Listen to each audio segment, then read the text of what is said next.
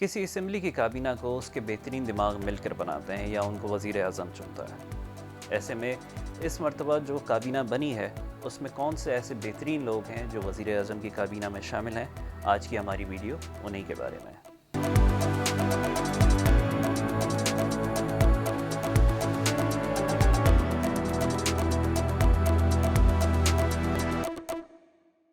خواجہ آصف اس کابینہ میں defence minister کی حیثیت سے ہیں۔ خواجہ آصف کے اوپر منی لانڈرنگ کے الزامات ہیں اور لاہور ہائی کورٹ سے 23/6/2021 میں ایک منی لانڈرنگ کے کیس میں ضمانت پہ رہا ہیں۔ احسن اقبال اس کابینہ میں پلاننگ اور ڈیولپمنٹ کے منسٹر ہیں۔ احسن اقبال اسلام آباد ہائی کورٹ سے نیب کے کچھ کیسز کے علاوہ کرپشن کے دیگر مختلف کیسز میں بھی مطلوب ہیں، ساتھ ساتھ اسلام آباد ہائی کورٹ سے 2020 میں ایک کیس میں ضمانت پہ رہا ہے۔ رانا ثناءاللہ اس کابینہ میں یہ انٹیریئر منسٹر کے طور پہ شامل ہیں۔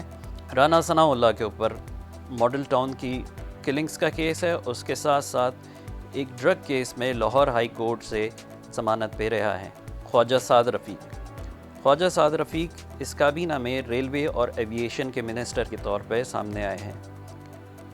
سپریم کورٹ سے ضمانت پہ رہا ہے 2020 کے ایک کیس میں، اور مشہور زمانہ پیراگون ہاؤسنگ اسکیم کے کیس میں ان کے اوپر مقدمات چل رہے ہیں۔ مرتضیٰ جاوید عباسی انڈسٹریز اور پروڈکشن کے منسٹر ہیں۔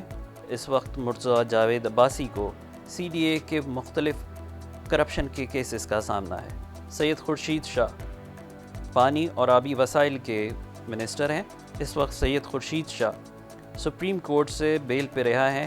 کرپشن کے دیگر کیسز کے اندر 2021 میں کچھ کیسز ہوئے تھے، ان کے اوپر بھی ضمانت پہ رہا ہے۔ نوید قمر اس مرتبہ کامرس منسٹر ہیں اور ان کے اوپر کرپشن کے بہت سارے الزامات ہیں۔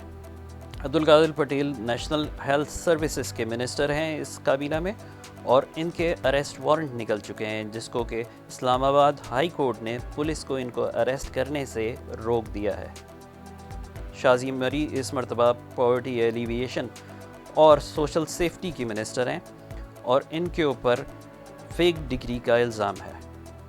اسد محمود اس وقت کمیونیکیشن کے منسٹر ہیں اور ان کے اوپر مختلف غیر قانونی بلڈنگز کی تعمیرات کے الزام ہیں۔ Talha Mahmood state infantry region کے منسٹر ہیں۔